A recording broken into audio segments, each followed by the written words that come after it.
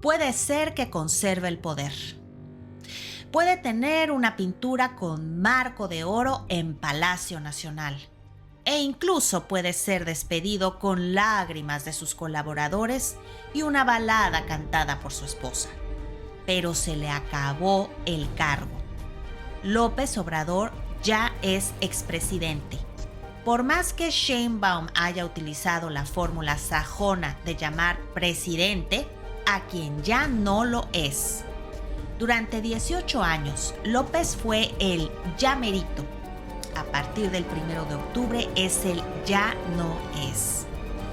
Pero aún no nos libramos de él. No se va a la chingada su rancho en Palenque. Dice que necesita aclimatarse en Tlalpan. La verdad es que no bastaron los 2,000 millones de pesos gastados en que Palenque tuviera hospital de especialidad, cuartel de la Guardia Nacional e infraestructura a 5 minutos de la granjita de Andrés. El señor no se va, a pesar de su promesa de retirarse de la vida pública en su retiro chiapaneco. El periodista Héctor de Mauleón plantea una hipótesis. A pesar del gasto, Palenque es rehén del conflicto entre carteles y el expresidente teme por su integridad.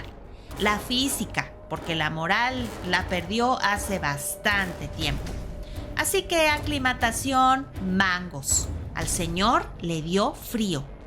¿Ya ven que la política de abrazos no balazos en la práctica es inútil? El señor se fue, pero dejó su tiradero, y no me refiero a las mugres que abandonó en el departamento de Palacio Nacional, sino a su cochinero en materia de seguridad, economía y Estado de Derecho. Me refiero al 1,000,000 de muertos, 72,000 cuerpos sin identificar, 51,000 desaparecidos e incluso rastreadores y madres buscadoras asesinadas. Me refiero al poco crecimiento económico desde el gobierno de Miguel de la Madrid, a la pérdida de poder adquisitivo, a la inflación, a la disminución de la calidad de vida de las clases medias, al costo inaceptable del crédito, a la fuga de inversiones y a la pérdida de empleos. Me refiero a una reforma judicial infame que garantizará el gobierno siempre gane los juicios contra los particulares, aunque no tenga la razón. Me refiero al chavismo expropiador que ya sentó sus reales en el país. Me refiero al 95% de impunidad en México, al enriquecimiento inexplicable de los hijos de López, de Santiago Nieto, a las casas de Bartlett, al temor de la gente a la policía, los fiscales y los inspectores y recaudadores de impuestos. Andrés, qué bueno que ya se te acabó el cargo. Aquí seguimos los demás, arreglando tu cochinero. En verdad tenían razón los que dijeron que eras un peligro para México. Oye, Arturo, pues no hay plazo que no se cumpla. Al fin, después de casi 6 años, no llegaron a ser 6, afortunadamente, Andrés Manuel López Obrador ya dejó el cargo formalmente de presidente de México, luego de casi 1,000,000 de muertos, una cantidad brutal de desaparecidos de la cual no tenemos una cifra certera. De hecho, creo que más de 1,000,000 de mexicanos murieron, si te fijas, incluyendo la cifra de la pandemia. Es que se hablan como de 800 y 200, por eso decía 1,000,000. Pero pueden ser más. La verdad es que no hay certeza con los números del señor de los otros datos. Pero fíjate, yo creo que es el primer sexenio, perdón por interrumpirte, en el que la población en México bajó. Sí. Bueno, logró lo que tanto le preocupaba a Echeverría y López Portillo. Ellos estaban en contra de la explosión demográfica, ¿no? Miren, más allá de la broma negra, de la broma ácida que acabamos de hacer, la verdad es que todos los resultados de López son malos. En algún momento hicimos el ejercicio en Make Our World Fiction Again, también de este canal Habitación 101, de hacer el bueno, lo malo y lo feo. Pero en realidad es que no hay nada bueno.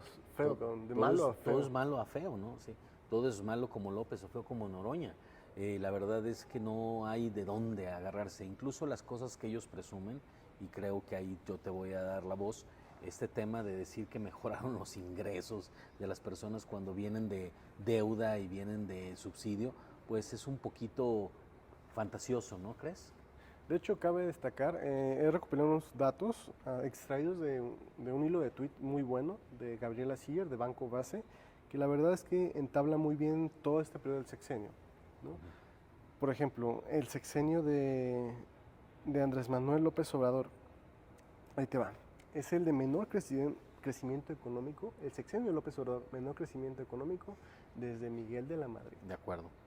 Un crecimiento acumulado del PIB de 4.94%. ¿Sabes cuánto sacó Peña de crecimiento económico? Pues siempre fueron de 2 por lo menos, o 2,5 cada año. 11.6% casi en 12. total, ¿no? Sí. Y ahora, uno de los grandes, yo digo, porque a mí se me hace uno de los mejores presidentes que hemos tenido y que han salido a criticar últimamente muchos cuatreros. Ernesto Zedillo Ponce de León, ¿cuánto crees que fue su sexenio? A ver, platícanos. 20% de crecimiento acumulado del PIB. Y eso que, ojo, Zedillo llegó al sexenio y enfrentó una crisis económica financiera gravísima. El famoso error de diciembre. Que se hizo internacional. Y el señor, en vez de quejarse y llorar como López Obrador con la crisis del COVID, se puso a trabajar y sacó un 20% de crecimiento. Hazme el favor. Ahora, otra cosa relevante, no solo importa el PIB general, sino también el PIB per cápita. Y con López Obrador, el PIB per cápita, que es el PIB dividido entre toda la población, disminuyó. O sea, hubo decrecimiento en ese término, un menos 1.05%. Lo cual quiere decir en buen español que tú tuviste menos dinero en la bolsa para comprar lo que necesitabas todos los días. Menos ingresos, básicamente, ¿no? Otro dato muy interesante es el de los empleos formales. Son estos que pagan impuestos, que pagan IMSS. Bueno, pues resulta... Oye, pero en ese país, según eso, todos pagan impuestos, según eso, dicen los chairos. Yo no pago impuestos, ¿eh? Tercer mes consecutivo que presento mis declaraciones de impuestos en cero. ¿Y a quién le aprendí? A López Obrador. Él presentaba sus declaraciones en cero, yo hago lo mismo. Oye, ¿y las regalías de sus libros? ¿Qué onda? Son un mito, cabrón. ¿Son un mito? Nadie compra sus libros. Si acaso, él mismo se los compra a través del Fondo de Cultura, como lo hace Taibo. Pues yo creo que sí. Pero bueno, ¿no dijo también que en algún momento y estaría declarando, estaría confesando una evasión fiscal que él vivía de sus regalías? Sí, definitivamente. Oye, ¿y las ayudas que recibía de la Honestidad Valiente? Pues todo era en efectivo, no, nada pagaba impuestos. El señor, más allá de pagar impuestos, vivía de nuestros impuestos. Vividor. Sí, un vividor asqueroso, como siempre. Pero bueno, en los empleos formales, AMLO registró 1.9 millones de nuevos empleos formales, que podrá parecer una cifra grande, ¿no? Pero ojo, Peña Nieto viene de haber registrado 4 millones de empleos formales. O sea, registró más del doble que Andrés Manuel López Obrador en cuestión de generación de empleo formal, producto obviamente de las reformas. Felipe Calderón también registró más, y eso que fue antes de las reformas estructurales, 2.3 millones de empleos formales. Entonces, y cabe mencionar que en México los empleos formales son mucho mejor pagados que los informales. Entonces, pues ahí también, pues, tache, ¿no? Sigue siendo peor que el gobierno pasado. Y bueno, él va a salir con la excusa de que pues le vino la pandemia y todo lo que tú quieras, pero el resto del mundo creció y creció por encima de cómo estaban. Sí. Y nosotros nos quedamos con el nivel de Producto Interno Bruto que teníamos cuando terminó Peña. Y esto es muy importante que no se olvide. O sea, es como si estos 6 años hubieran estado muertos. No pasó nada, no hubo ningún crecimiento económico. Pero eso sí, más inflación, el poder adquisitivo no mejora. Por el contrario, tenemos una tasa de interés altísima. Cualquiera que utilice la tarjeta de crédito sabe que se enfrenta a más de 11 puntos porcentuales. Híjole. Es bastante alto. Pero bueno, Banxico ya ha estado reduciendo la tasa de interés ahorita. Sin embargo, también pues hay un tema que podría considerarse positivo. Seguramente con este truculento dato saldrán las Viridianas Ríos a decir que este gobierno es lo mejor, nada más porque a ella le pagan, ¿no? Y es una ideóloga profesional. Ahí te va. Desde el 2015 sí ha habido una tendencia a la baja. ¿En qué? En el ingreso laboral inferior, es decir, las personas que ganan, el porcentaje de personas que ganan menos de lo necesario para comprar la canasta básica alimentaria bajó al 35% el último trimestre del 2023. Pero es un dato tramposo. ¿Por qué? Porque esta bajada viene desde las reformas de Peña Nieto en 2014 y en 2015 pues ya había comenzado esta bajada. De hecho, en 2018 había un 39% de personas que no tenían suficiente dinero para comprar esta canasta básica. Es como cuando aquel debate donde está, no sé si es debate, más bien es una conferencia, ¿no? Donde está Viri Ríos y Cedillo, y Viri dice, es que este gobierno ha reducido la pobreza, y Cedillo dice, no, espérame, mija, la pobreza se ha venido reduciendo desde antes, desde mucho antes, desde su gobierno concretamente.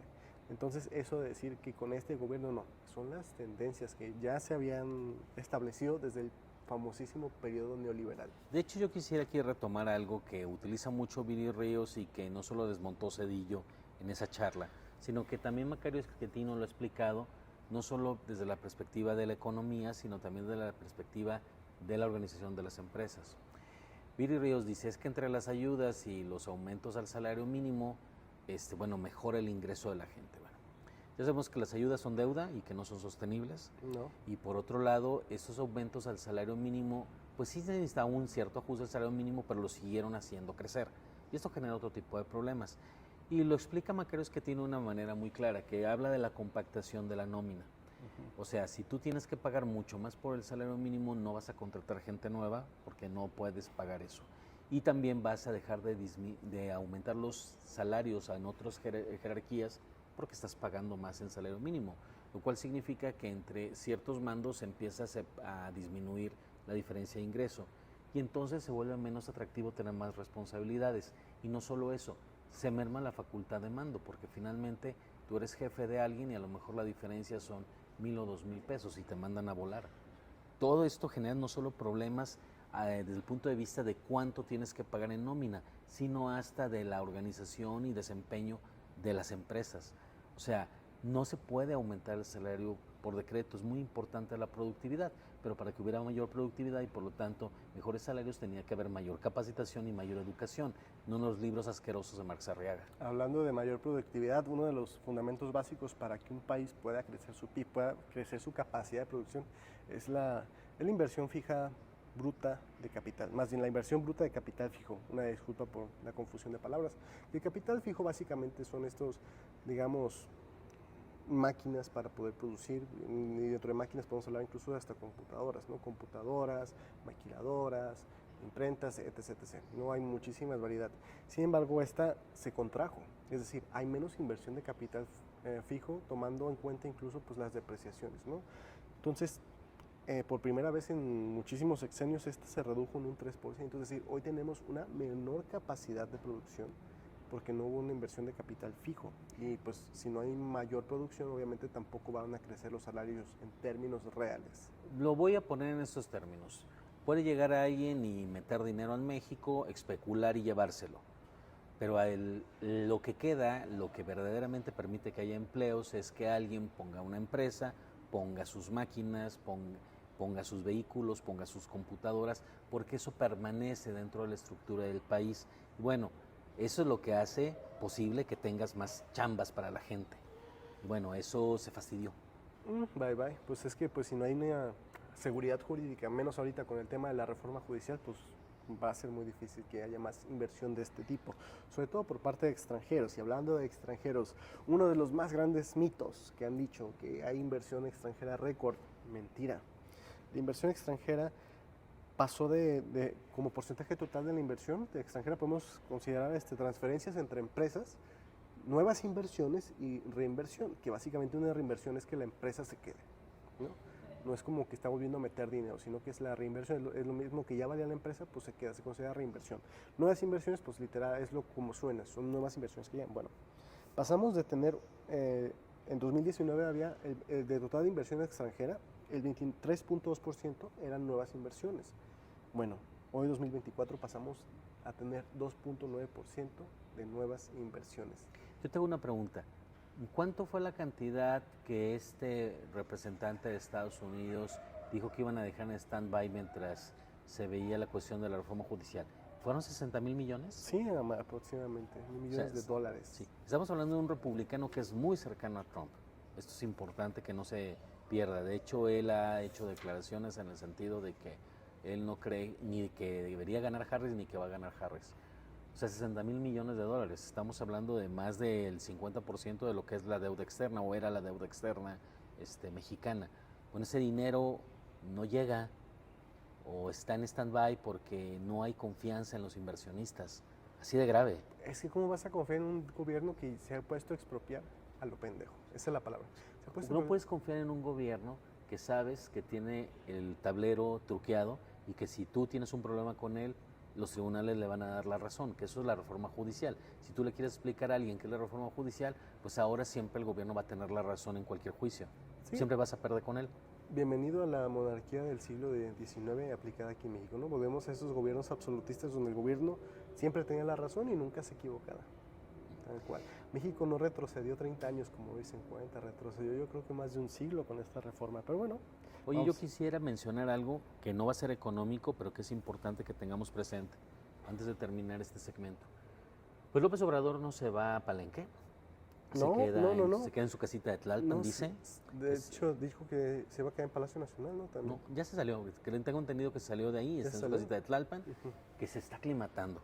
Héctor Mauleón tiene un artículo muy interesante en que explica que a pesar de los 2,000 millones de pesos que le pusieron en infraestructura, hospitales... ¿Le pusieron todo eso? Sí, Guardia Nacional, todo está a 5, 10 minutos de su ranchito. Pero se acabaron los privilegios a No, se acabaron los privilegios. A los expresidentes. Pero a pesar de los privilegios no se va a ir. Ajá. Y explica de Mauleón que no se va a ir porque pues hay un problema de crimen organizado entre dos bandas terrible en Chiapas, en particular en Palenque. Entonces, pues él no está seguro. Tendrían que hacerle, no sé, una zona militar entera para que lo protejan, ¿no? O sea, bueno, y sobre todo que él le quitó guardias de seguridad, pensiones y todas estas cosas a los expresidentes. ¿Qué pasa en el caso de él? ¿Va a seguir con frío? ¿No se va a ir a Chiapas como había prometido? ¿Va a seguir estorbando en Tlalpan? O sea, fíjate, le es más rentable a él, o no sé qué cálculo hicieron ahí, irse a vivir a Tlalpan otra vez,